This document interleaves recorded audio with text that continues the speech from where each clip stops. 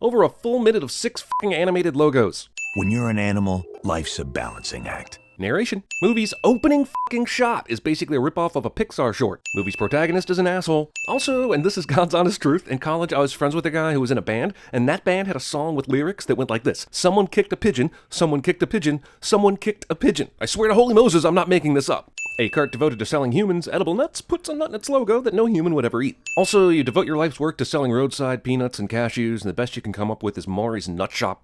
Take a cue from The Simpsons and pun away. Maybe Saturday Night Fever, or Cashew Outside, how about that? Either that tree's branches are growing way too close to the ground, or that's the most overgrown bush I've seen since I discovered my uncle's stash of Playboys in the late 70s.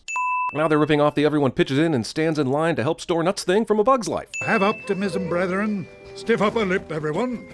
Hearing Liam Neeson voice a vacuous raccoon is like watching Steve Martin do porn. It's just wrong on every level. Chicks dig the tail. Honestly, if I had to do this video in 10 seconds, I would just show this scene here. That's how offensive it is, creatively. Keep a wary, watchful eye out for you-know-who. No, not him! Yes, him. Movie goes triple pronoun game in an obvious effort just to piss me off. Every article in this newspaper is either gibberish or literally this movie's screenplay. Is he looking through a camera? Old school clicky lap binoculars? Whatever it is, it certainly shouldn't have this level of zoom and follow. What, that's not... I originally wrote a sin here where I simply described what just happened on screen, but even that sounded too dirty, even for us. Movie uses the actual complete storyboard pitch for the film as an in-movie prop. Enough food to feed the park for the entire winter. Really? Because I've seen squirrels eat. Pretty sure that cart lasts about as long as a pizza in a dorm room. Work together. We can work out a deal. Movie tries to make the only likable character the one voiced by Katherine Heigl. Hey, Sugar Ray, take the gloves off. Sugar Ray? That's like a 30-year-old boxing reference at this point. Is this movie taking place in the 70s, or is it just a dated boxing reference? Worst thing is, the movie will never answer this question. The acorn cart will now start rolling after its wheel brake is broken, even though everything thus far has presented this as a level sidewalk. Yeah, that's level as This movie just rewrote Gravity for a silly chase scene gag. Whoa, settle down there, future serial killer. Did I miss something? Is there a reason every single character in this movie needs to be evil, even the Girl Scout? No, seriously, after a brief sidewalk chase, this nut cart fell about 8 feet into a ravine and caught fire. Can I tap out here? Is that possible? Chris? Can I get a ruling on this? I'd like to walk away right here now and let some other sucker finish writing sins for this shit. Can we email Dicer to see what he's doing? Or Kevin Smith? Physics for the Nut Job brought to you by the same folks as the Fast movies. Might as well call it the Fast and the Furriest. Either these animals were storing massive amounts of Orville Redenbacher classic style in this tree, or this movie has no idea how acorns work. And now, destroyed, our only food for winter. To be fair, you did foolishly keep all your food for winter inside one highly flammable tree. I'm just saying. We don't convict without a trial. This isn't how we do things. Overly political movie about park rodents has a point, but is also overly political. Why is the ground moving towards my face? It wasn't until after you said that. So 5 minutes after the explosion, no human activity? Nothing? Obvious mistake wave taken as a vote, and no one complains? I'm no expert on raccoons' rules of order, but surely that can't count. Tree goes from full burn to a stump with no debris in the same day. Magical sticking brick! For darting straight ahead through all these shoes, Surly deserves an honorary degree from the Prometheus School of Running Away from Things. Yes, they did just smack face first into a brick-and-mortar version of the Nut Shop, the cart they f***ed with that started this whole adventure, because this giant city is actually super small. Movie has time for this. Rats repeatedly struggle to find a way inside a big city building. Suspension of disbelief ruined. That's a dead squirrel. No one in the history of ever put this many mousetraps in their rafters. I mean, the movie Mouse Hunt aside, obviously. Buddy, I ate too much cheese. Fart jokes, the lazy writer's comedy crutch. No dog would walk right by a f***ing squirrel without noticing or smelling his squirrel ass. The thingamabooby is mine! Thingamabooby. Surly! How f***ing tiny is this city? Also, Oakton whiskey, big oak ton. What's with all the oak puns? Is it just the acorn thing? Because if so, then they went to Carrot Top workout levels of too far here. This f***ing dartboard. Who hangs a dartboard 12 feet off the ground in the center of a room on a pillar with no backstop? The rat silently pulls on Surly twice instead of simply saying, "Humans are coming, you dipshit. Let's get out of here." Obvious foreshadowing cliche. We are not a pack of wild animals. Literally the opposite of the truth. Winter is coming. F*** you, movie that came out well after Game of Thrones, and this phrase was well established in pop culture. F*** you all the ways. He's blind. He's handicapped and none of his friends care. That's hilarious, right? Right? Why aren't we doing this at night? Mole would be great at CinemaSins. Someone remind me why we care about this heist again? Do we even know enough to root for or against it? The movie includes 2 different heists in this heist movie, and neither one has the decency to actually be interesting. Enough cashews to buy yourselves a racetrack. Now, maybe this is mobster talk for dollars, but cashews are not that high priced a nut, and the amount of cashews it would take to be worth enough to buy a racetrack is frankly staggering. Also, if cashews can stand in for the word dollars, then literally any word can. I'm gonna shake him down for 40 tomatoes. The buy-in for this poker game is 30-odd foot of grunt. This is my last heist. Last heist cliche. Okay, cut it out! I hate you, movie. The coincidence of the brick, shovel, and TNT placement is infuriating, to put it mildly. So you knew what dynamite was, and yet you were still throwing it around with impunity? I kinda think you might be getting what you deserve here. Dynamite doesn't destroy, it merely propels things near it. That squirrel was trying to blow up the nut straw, and Precious stopped him. That might be the single biggest leap in film history. Yep, another sin for the film for this goddamn acorn logoed nut shop having opened in 1892 and stayed in business this long. Look in the background. Look how huge this city is. And then remember how easily everyone found each other in this movie after leaving the park. And then, if you're like me, get frustrated and borderline angry. I get that his character arc is to mature from being a self-centered dick, but more than halfway in and he's still callously face-planting the only person that's been nice to him, I think we might be teetering on unredeemable. Grayson? Surly?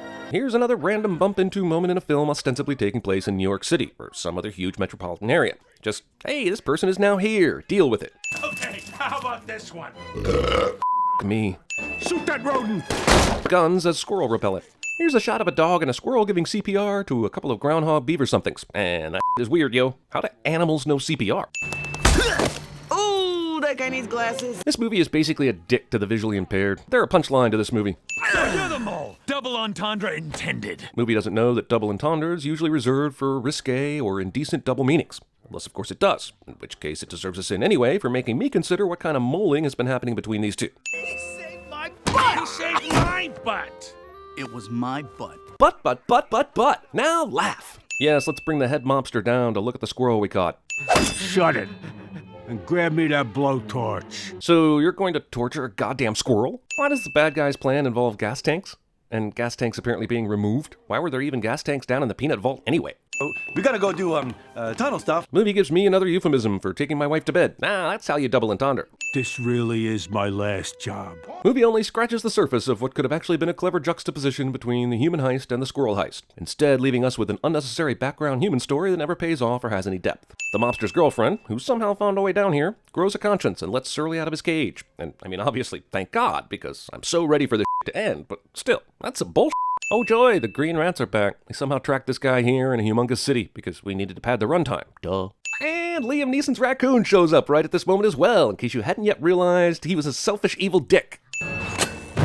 Dynamite Ex Machina, yet another movie that suggests banks keep dozens of bags filled with coins in their vaults. Bank heist plan involves an explosion loud enough to break through 2 feet of concrete and rebar, and still not be heard by anyone in the bank. Seasoned mob boss uses gun to attempt to kill rodents that he shouldn't care about, considering no one will be here tomorrow. Seriously, I had a squirrel in my house last week, literally opened the door and let it run out. No bullets required. This guy half-ass closes this truck door, allowing much of the rest of the movie to take place. Main villain betrays people who just bought his lies hook, line, and sinker because reasons? Not to go all Monty Python on you, but pigeons cannot carry squirrels. It's simple weight ratios. And no, not even the African pigeons.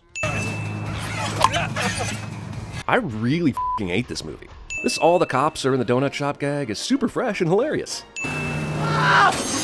Grayson survives this. Well, someone saw Speed. This squirrel is a hero! Is he? Because all I've seen is a greedy, selfish, rude son of a sow, who may have felt guilty a few times, but still hasn't done anything that could be considered solely heroic. Even this vehicle is full of the nuts he wants. How is it not immediately obvious that Vermin Neeson here is completely evil by this point? How many times does a leader have to screw you over before you realize he isn't who he says he is? Well, really? Dragging that donut joke all the way to the hostage standoff, huh? And did he pour himself that mug of coffee after he got there? Villain who won't die cliche. Not that I'm sure how anyone would die in this world anyway. Surly, no! Suicide in an animated kids movie. Also, what? Why would he let go? Andy and the gang weren't in danger, and there's nothing to lose by trying to hold on. Self-sacrifice only works when there's actually something to sacrifice for. Otherwise, it's just self-stupidity. Also, yeah, he'll be fine, I'm sure, because this movie is some bull. But still, scar me once, shame on you. Transportation by floating rocks. I know we threw physics out the window a long time ago, but the idea that a wheel at that speed could launch anything to any height is worth at least 2 more sins minimum. Percy King Dimpleweed. Percy the King Dimpleweed. Also, glad they resolved that plot line they barely made reference to this entire movie. Come with me. So Precious knew that Surly had washed up here, and instead of checking to see if he was alive or do any kind of rescue, he sauntered over to the park to gently tell Buddy to come look at his dead friend's body? No, Precious, bad dog. Surly Jesus himself back into this movie. No way, Andy. You may have forgotten the things he's done, but CinemaSins never forgets. Fully animated Gangnam Style credits? Consider your sins double.